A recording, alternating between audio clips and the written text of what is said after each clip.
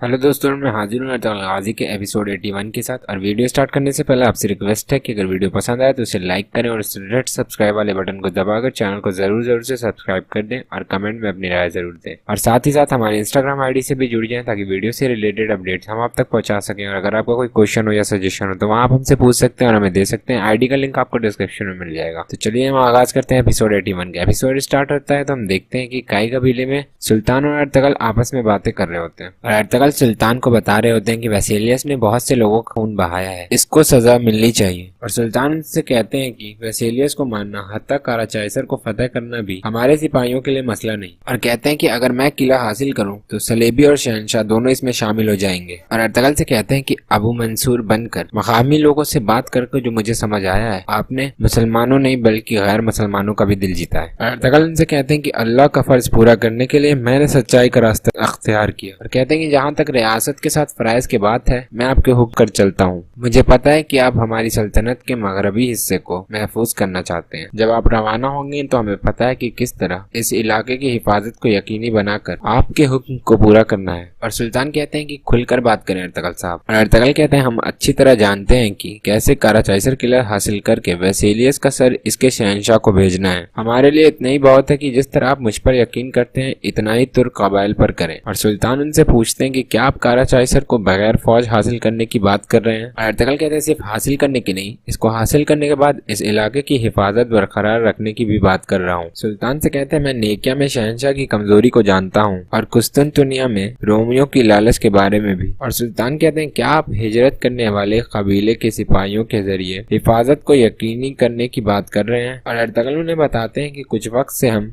तमाम कबीले के सिपाहियों को एक फौज की तरह तरबियत कर रहे हैं। मैंने इनकी तरबियत के लिए अपने बेहतरीन सिपाही भेजे हैं। कोई दिन ऐसा नहीं जिस दिन प्रैक्टिस ना होती हो। शहनशाह ने हमें इन जमीनों से निकालने के लिए सिपाहियों का दस्ता भेजा है। और शहनशाह कहते हैं अभी तक आपने इनको मारकर किले में दाखिल हो गए और आपने अपने भाई जुलजान को वेसेलियस के कब्जे से बचाया। और अर्तगल कहते हैं अब इसने मजीद मजबूत दस्ता भेजा है। इनकी नीयत वाज़ेह है मेरे सुल्तान, लेकिन फिर भी मुझे कोई शक नहीं कि मैं काराचाइसर किले फतह कर सकता हूँ। और दूसरी तरफ हम देखते हैं कि गुलबानो एक छोटा सा कुर्ता निकालती हैं और उसे देखकर रोशान को याद कर रही होती हैं और कह रही होती कि हमारे बच्चे की पैदाइश होने वाली है। और उन्हें देख रही होती हैं और रो रही होती हैं। और हम देखते हैं कि तभी वहाँ हायमा खानम पहुंचती हैं और उन दोनों लोगों के दरमियान गुफ्तगू चल रही होती है। और गुलबानो हायमा खानम से कहती हैं कि मैं अपना बच्चा आपके सुपुर्द करती हूँ, अपनी जिंदगी को अल्लाह के और अपनी तलवार को अर्तगल साहब के, ताकि कोई और माँ आंसू ना बहाए। मेरे बेटे की खुशबू मुझ पर आराम है जब तक काराचाइसर वेसेलियस के सर पर नहीं गिर जाता। और हायमा खानम उन्हें समझाते हुए कहती हैं कि तुम्हें रोशान ने हमारे हवाले किया था, जितना हलीमा मेरी बेटी है उतना तुम भी। आज नहीं तो कल अर्तगल वेसेलियस से इसके किए का हिसाब लेगा, लेकिन तुम्हारा फर्ज अपने बच्चे की अच्छी माँ बनना है। और गुलबानो हायमा खानम से गले लग जाती है। और दूसरी तरफ हम देखते हैं कि असलहान अलियार के पास बैठकर रो रही होती है और उनसे कह रही होती है कि मुझे अकेला ना छोड़ें। और हम देखते हैं कि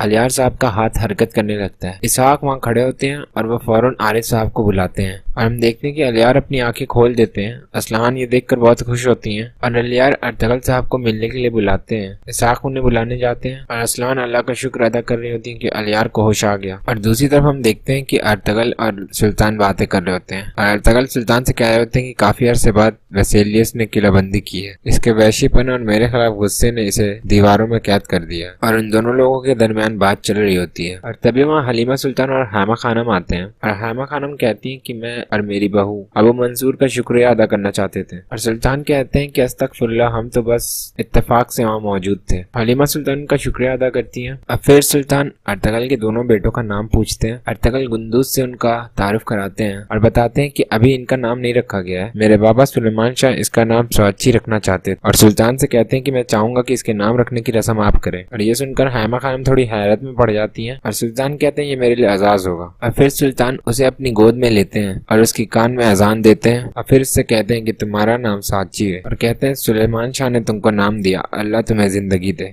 और सभी आमीन बोलते हैं। तभी वहाँ इसहाक पहुंचते हैं और अर्तगल को बताते हैं कि अलियार साहब ने आंखें खोल ली है, वो आपसे मिलना चाहते हैं। ये सुनकर अर्तगल खुश हो जाते हैं और सभी अल्लाह का शुक्र अदा करते हैं। फिर अर्तगल फौरन रवाना हो जाते हैं। और दूसरी तरफ हम देखते हैं कि इब्नुल अरबी नमाज में होते हैं और इधर काई कबीले में हम देखते हैं कि अलियार असलान से कह रहे होते हैं कि मैं इस दुनिया में एक अजनबी मुसाफिर की तरह रहा। अल्लाह का शुक्र है कि अल्लाह अल्लाह के रास्ते और मकसद पर चलते हुए शहीद होकर खब्र में दाखिल होना मेरा मुकद्दर था। और असलान बहुत रो रही होती हैं और तभी अर्तगल साहब वहाँ पहुँचते हैं और अलियार अर्तगल से कहते हैं कि मैं इस दुनिया की आंखों से आखिरी बार आपको देखना चाहता था, मुझे कुछ कहना है। अर्तगल उनसे कहते हैं कि अपने आप को मत थकाएं अलियार साहब। और अलियार उनसे कहते हैं कि इस जिंदगी का बोझ उतारने का वक्त आ गया है और उनसे कहते हैं कि मेरी बहन और मेरा कबीला आपके सुपुर्द है और काराचाइसर को फतेह करना और हमारे बहादुर शहीदों का इंतकाम लेना भी अब आप पर है। और उनसे कहते हैं कि अर्तगल साहब मेरे लिए दुआ करें। और अर्तगल उनसे कहते हैं कि आप जैसे बहादुर के संग लड़ना मेरे लिए बाइस शर्फ है। मैं बगैर किसी हिचकिचाहट के हमारे मकसद को जारी रखूंगा। आपकी अमानत और आखिरी वसीयत मेरे दिल पर नक्श है, लेकिन आप हार नहीं मानिए। आप हमारे सफर पर मुझे अकेला नहीं छोड़ सकते। और असलान भी कह रही होती है कि आप ठीक हो जाएंगे। और हम देखते हैं कि अलियार की तबीयत बिगड़ने लगती है। असलान आरिफ साहब से कहती है मदद करें। आरिफ साहब खामोश खड़े रहते हैं और हम देखते हैं कि अलियार कलमा शहादत पढ़कर शहीद हो जाते हैं। और असलान ज़ारो खतार रोने लगती हैं। अर्तगल की भी आंखें भरी होती हैं। और हम एक बार फिर पूरा अलियार का सफर देखते हैं और दूसरी तरफ इब्न अरबी बैठकर दुआ कर रहे होते हैं। और हम देखते हैं कि तभी वहाँ अब्दुल रहमान पहुंचते हैं और उनसे कहते हैं कि अर्तगल साहब आपका इंतजार कर रहे हैं। और इब्न अरबी कहते हैं चलो अपने शहीद के लिए अपना आखिरी फराइज पूरा करें। और इधर काई कबीले में हम देखते हैं कि असलान अलियार से गले लगकर रो रही होती हैं और तुर्गुद और बमसी भी वहाँ मौजूद होती हैं। तभी वहाँ हायमा खानम और हलीमा सुल्तान भी पहुंच जाते हैं और हफ्सा खातून भी इनके साथ होती हैं। और असलान अलियार से गले लगकर रो रही होती हैं और फिर उठकर अर्तगल से कहती हैं कि मेरे भाई का बदला ले अर्तगल साहब, मेरे कबीले का हर सिपाही आपके इख्तियार में है जिस तरह मैं भी। और अर्तगल उनसे कहते हैं कि मैं कसम खाता हूँ कि मैं सीरियस को अपने शहीदों के खून में डुबो दूंगा। और असलाह खातून से कहते हैं कि चौधार कबीले की निगरानी करें, साबित कदम रहे ताकि आपके लोग और सिपाही भी बहादुर और मजबूत रहे। और कहते हैं अलियार साहब की वसीयत पूरी करके एक जान होने का वक्त है। और फिर असलान अलियार को देखकर रोने लगती हैं और सभी वहाँ पर गमगीन खड़े होते हैं। और आगे हम देखते हैं कि अर्तगल सुल्तान के पास आते हैं और उनसे कहते हैं कि अलियार साहब हक के रास्ते पर चले गए। और सुल्तान कहते हैं अल्लाह इन पर अपनी रहमत फरमाए। और अर्तगल से कहते हैं कि आप लोगों ने बगैर किसी हिचकिचाहट के रियासत के खातिर अपनी जानें पेश की, आपने बहुत शहादतें दी हैं। अलियार साहब भी रियासत के खातिर हक के रास्ते पर शहीद हुए।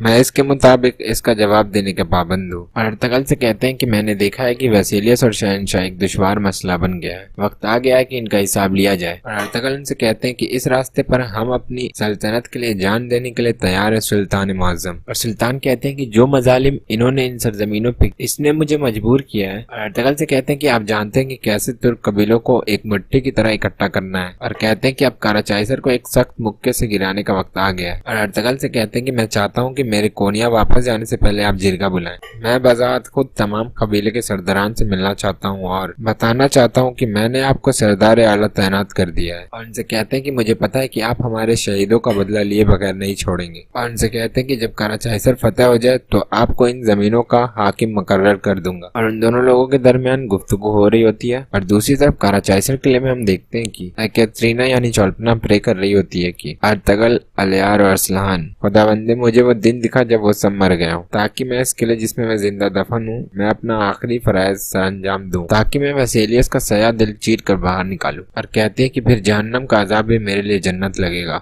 और इधर काई कबीले में अलियार का जनाजा रखा होता है और सभी लोग वहाँ मौजूद होते हैं। और तभी इब्नुल अरबी वहाँ तशरीफ लाते हैं और फिर सबसे शहीद के रूह के लिए फातिहा पढ़ने को कहते हैं। और सभी लोग फातिहा पढ़ने लगते हैं। और असलान बहुत रो रही होती है, हायमा खानम और हलीमा सुल्तान उन्हें संभालती हैं। और फिर इब्नुल अरबी वहाँ तकरीर करते हैं। और इब्नुल अरबी कहते हैं कि जब किसी सरजमीन ने वतन बनाना होता है तो वो इसकी कीमत मांगती है। हमारे कई जवानों ने अपनी जान देकर ये कीमत अदा की है। यार अब हमारे इन शहीदों जिन्होंने इन जमीनों को अपना वतन बनाया, इनकी औलाद को हक के रास्ते से मत भटकाना। और सभी आमीन बोलते हैं। और इधर काराचाइसर किले में कैटरीना वसीलियस के पास आती है और कहती है मैं जाने के लिए तैयार हूँ। और वसीलियस उसे देखता है और फिर कहता है कि तुमने तुर्कों के बीच खुद को जाया किया कैटरीना। और वो उससे कहती है कि आप जैसा भी चाहते हैं मैं वैसी बन जाऊंगी, जो भी करना है करूंगी। और वसीलियस कहता है तुम इससे भी ज्यादा कर रही हो, मेरे लिए पता लगाओ कि अबू मंसूर कौन है। और चौल्पना कहती है अगर वो अलाउद्दीन हुआ तो। वसीलियस कहता है तो इसका मतलब कि हमारे हाथों में बहुत कीमती शय लगी है। और तभी उसका कमांडर आकर वसीलियस को बताता है कि हमारे पैगाम रसाल की इत्तला है कि एक बड़ा काफिला काई कबीले से निकला है और वो चौधार कबीले की तरफ जा रहा है और वो अपने साथ जनाजा लिए हुए हैं। और ये सुनकर वसीलियस और चौल्पना खुश हो जाते हैं और उन दोनों के दरमियान गुफ्तगू होती है। और फिर चौल्पना वहाँ से चली जाती है। और दूसरी तरफ चौधार कबीले में हम देखते हैं कि अलियार के जनाजे को लेकर सभी लोग जा रहे होते हैं और उनके पूरे कबीले के लोग गम में होते हैं और रो रहे होते हैं और वो अलियार को दफनाने के लिए लेके जा रहे होते हैं। और इधर दूसरी तरफ हानली बाजार में हम देखते हैं कि चोल्पना वहाँ मौजूद होती है और इधर उधर टहल रही होती है और तभी वह देखती है कि सादेतीन कोबेक हानली बाजार में पहुंचता है और फिर चोल्पना एक तरफ चली जाती है और छुप कर उसे देखने लगती है और फिर सादेतीन घोड़े से उतरकर सराय की तरफ बढ़ता है और हम देखते हैं कि अलियोको भी वहाँ मौजूद होते हैं और सादेतीन अलियोको से पूछता है कि अर्तगल साहब कहाँ हैं और अलियोको उसे बताते हैं कि अलियार साहब शहीद हो गए हैं। सब लोग जनाजे में शिरकत करने चौधार कबीले गए हैं और ये सुनकर सादेतीन फौरन वहां से वापस जाने लगता है और अपने सिपाहियों से कहता है कि हम लोग चौधार कबीले जा रहे हैं और यहीं पर एपिसोड खत्म हो जाता है। उम्मीद है आपको वीडियो पसंद आया होगा। अगर पसंद आए तो वीडियो को लाइक करने और इस रेड सब्सक्राइब वाले बटन को दबाकर चैनल को जरूर से सब्सक्राइब कर दें और कमेंट में अपनी राय जरूर दें। Thanks for watching.